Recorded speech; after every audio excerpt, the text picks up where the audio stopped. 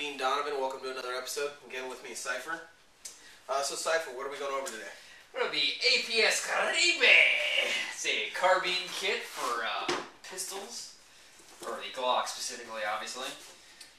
Yeah, this gun, I should say body kit, is actually made to work with pretty much any full-frame Glock. It will also work with the KGW G23 or the KSC KWA G19, not to mention the 18 and the 17s. The kit's basically an ABS body, which is a really nice setup. And some of it can be a little difficult to disassemble at times. It does have a pin in here, yeah. Well, we've had it for a while, so. As Cyphre tries to assemble it, just to give you a refresher, this does fit the WeTech G17. Now, this is the one we reviewed before, so it's going to give the same FPS. Would you like me to disassemble it for you? Yeah, grab this side pull, alright? Here, you take that, I'll take this. Okay, alright. See, if you push the button, the stock moves, and then you move that. Oh, whatever. I don't care. This is my first time holding this thing, so whatever, man, alright? Yeah, that's what she said. Yeah. So, easy disassembly. Once you take the front end off, I'll hand it back off to Cyphre here. This folds open this way? Yeah, it just folds open. Now, the gun's going to come with a full color installation sheet, and it's going to come with 3 different charging handle variants. What Cyphre has in his hand is the one for the G18 setup. You'll see because it has a curved notch where the selector switch would be. Now, the reason we're using that on the G17 is the WeTech G17 has a wider slide. It's also got shallower grooves. Yeah, so when you put the G17 charging handle on it, it kind of makes it bow and flex a little bit, which isn't good. Fits perfectly though, just like snaps right in, no problem. Now it will come with 3 charging handles. It has one that's for the Ram Combat, which is a paintball gun, and then the 17, obviously. And again, this is designed to fit on the KSC lineup. So as he's putting it back together,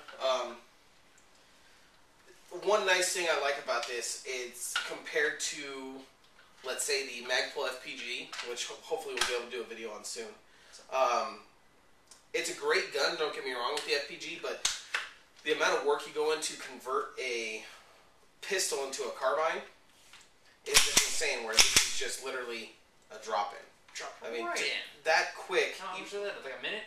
Yeah, so you can be at an Airsoft game and switch out in minutes, and next thing you know, you're running a carbine.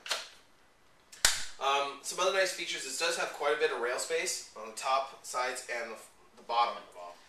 It does come with a vertical foregrip, which is an adjusting one. And it actually installs really easily. It's got a push-button lever. So you just put it on, slide it on, and there you go. I just leave it on because it's a nice little comfy grip either way. It's one of those convertible grips that it's pretty nice. A nice little grip by itself. Right. Now, the stock doesn't extend a huge amount of space. Yeah, as you can see, my arm's kind of pointed up. This is as far as it goes. Which is kind of disappointing. One thing it does have these quick detached sling points, where if you put a sling on it, you can basically just hold it tight, which will kind of counter the in theory. QD mouse with a 1 point and just hold it out against the sling itself.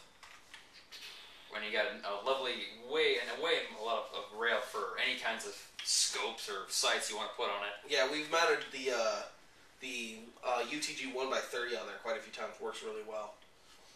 Now, I know you were really impressed with the flash hider on this when we first brought it. It's a nice anodized steel flash hider. It's the design. It's called a rebar cutter. It's got a very big slot. We could just actually it's supposed to be tilted the other way because it redirects flash out the sides, and you could theoretically use it against wires and cut wires when you're shooting real bullets anyway. And very aggressive front end for door breaching or whatever else you want to do. But yeah, we overall, I like the kit. It's comfortable, it's ergonomic, it's different looking. It's not your standard carbine kit. So you go to events like we go to pistol nights all the time, kids are running their FPGs, and we have footage of that you'll see later on in the episode where we're running this in field. So you'll get some good footage and you'll see some good gameplay with it. Yeah. Yeah, it allows a little more sturdy platform to shoot from versus just the pistol holding the pistol itself. Benefit. Right. I think it's fucking ugly, so I would probably never use it. Yeah, well, But it's a nice concept, nice idea, you know.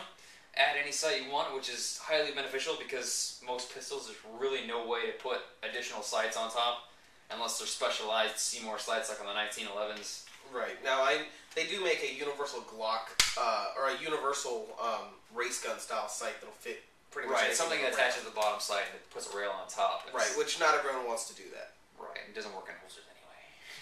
That's it's kind of pointless. So, what we're gonna do now, we're gonna get this loaded up and show you how the functionality of it is, so you can actually see how it functions in action, and we'll get that set up in the range. Now remember, anytime you're shooting, you want to, eyes and ears. Well, not ears in this case. Exactly. And that's how he usually likes to play. Yeah. So close my eyes. I'm good. Yeah. We're going to be using propane. Again, we're still out of green gas, but propane works better.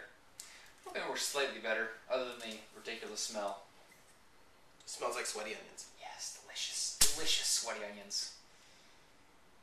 Also very quiet too.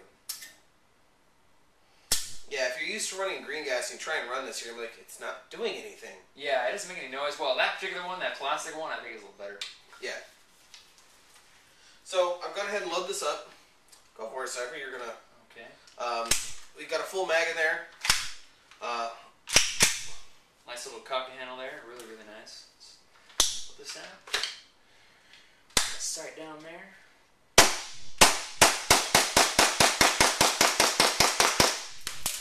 Really, really accurate, really nice to hold up against. There's pretty much no recoil anyway, because it's a Glock, gas Glock. It smells terrible.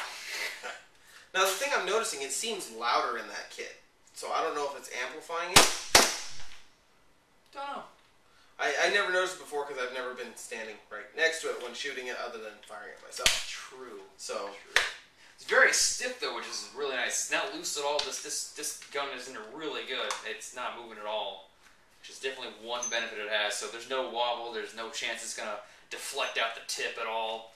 Anything crazy like that.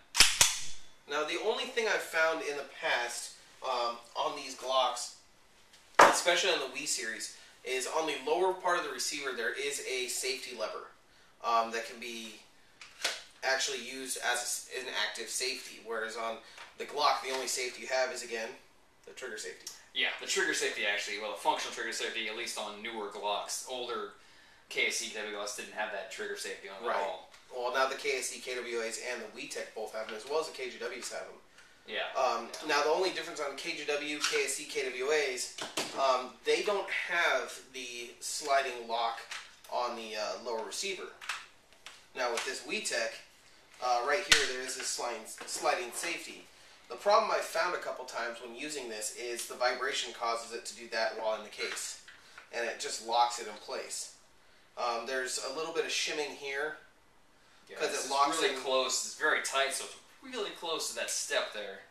So one trick I've done is you take a ball of painter's tape, stuff it in there, and it prevents it from moving back and forth. Little trick you can do if you're going to run a kit like this. Now, you can order a replacement unit that you could take this safety lever out and just convert it to like the KSC. And at the same time, if you're going to order from that company and do that, they have the barrel conversion as well to make this a silver barrel, a polished aluminum. Oh yeah. Inner barrel and chamber. And you'll see in the comment section below the video, we'll have a link to that website so you can find those parts if you're interested in it. And your previous review of this gun. Yeah, we did a blog on this. We'll have a link to that as well with the other member of our team who we kind of did some tactical poses with him and kind of overdid the gun just so you could see what can be done to it. Hey, he was bored. He chose to do it. Okay, yeah. But overall, I like the kit. I'm going to give it a 9 out of 10. Build quality is great. It's sturdy. It's not cheap molded plastic. It's actually hinged, so you don't have worries about the plastic eventually wearing from constant using it. It's a steel hinge at least. A steel pin for the hinge. So the nice thing also, the rail is a generalized size, so it's not like with some of these other aftermarket rail systems where it could be a little bit smaller, it could be a little bit bigger. It's pretty, pretty accurate. Most Chinese-based rails are larger than 1913 Picatinny standards, so you can't use real stuff on it without modifying it or whatever you're putting on it. This can at least, it's a really, really sharp edge, so you can at least cut it down if you want to, because it's just plastic. And you can still fit anything else you want on it, no problem, because it's all the same groove in the bottom. Right, and plastic is forgiving, so if you happen to dent or damage it installing your accessories, you can still fix it. So yeah, it's still usable no matter what you do. Right. So now I did find out when you weren't here, this flash hider is adjustable, so you can turn it. It is removable, but the thing is, they don't make anything else to put there. Yeah. So. Imagine they should have a silencer adapter or something at some Yeah, point. I'd imagine eventually they will, and maybe even a barrel extension if you have the right gun for it. APS is a fairly new company, as I recall. They have an M4 coming out pretty soon. They have M4s and AKs already out that I know they were carrying an Airsplat. That's where we picked this up. Airsplat hooked me up on it. $70, which was a good price when I got it. Picked it up the day after I got the Glock because I'm like, hey, wait, they have a kit. Let's try it. It did come with the QD bounce, so it does come with one sling point, and it's ambidextrous as far as the sling point. So no matter which way you go, and the nice thing is the charging handle is ambidextrous as well. So really easy to work with. It's overall, I'd say 9 out of 10 in my book. I give that 8 and 10 because it is pretty ugly.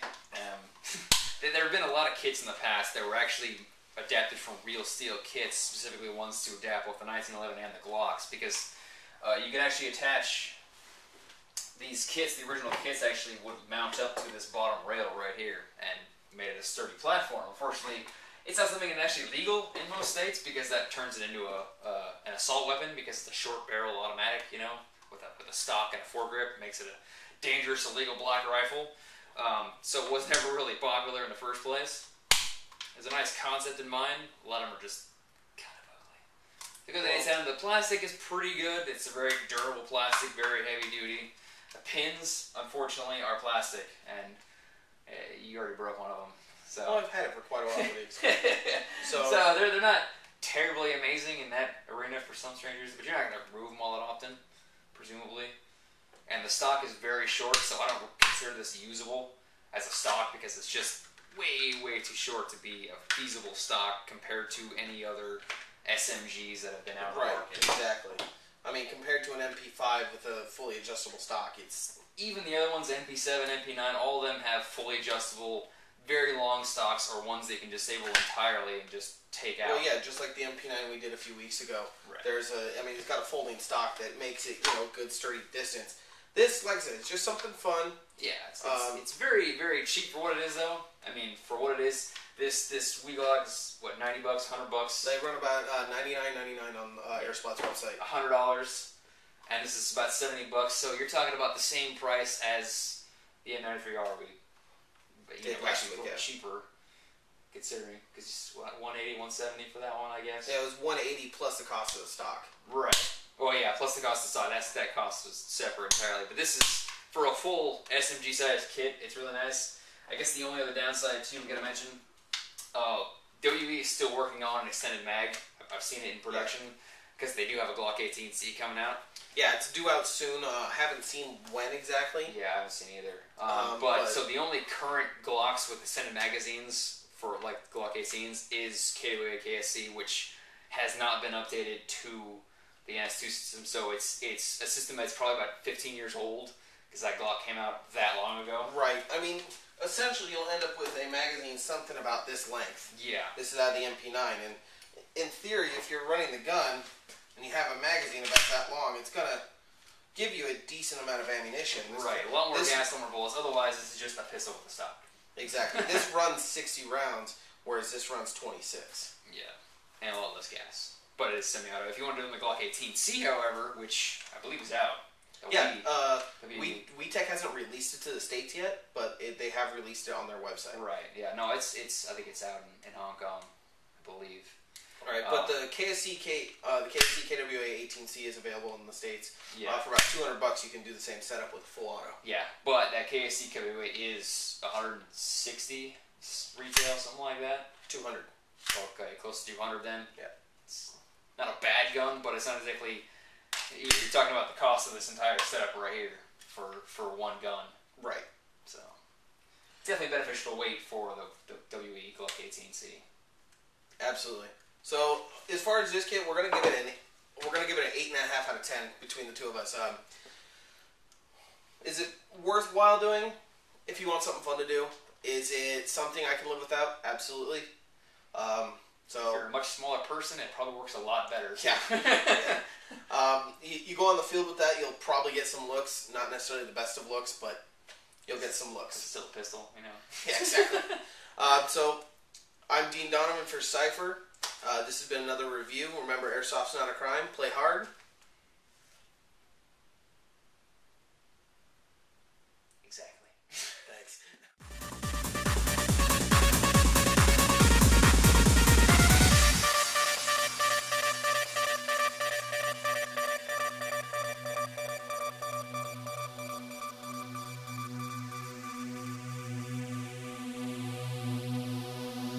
Thunder!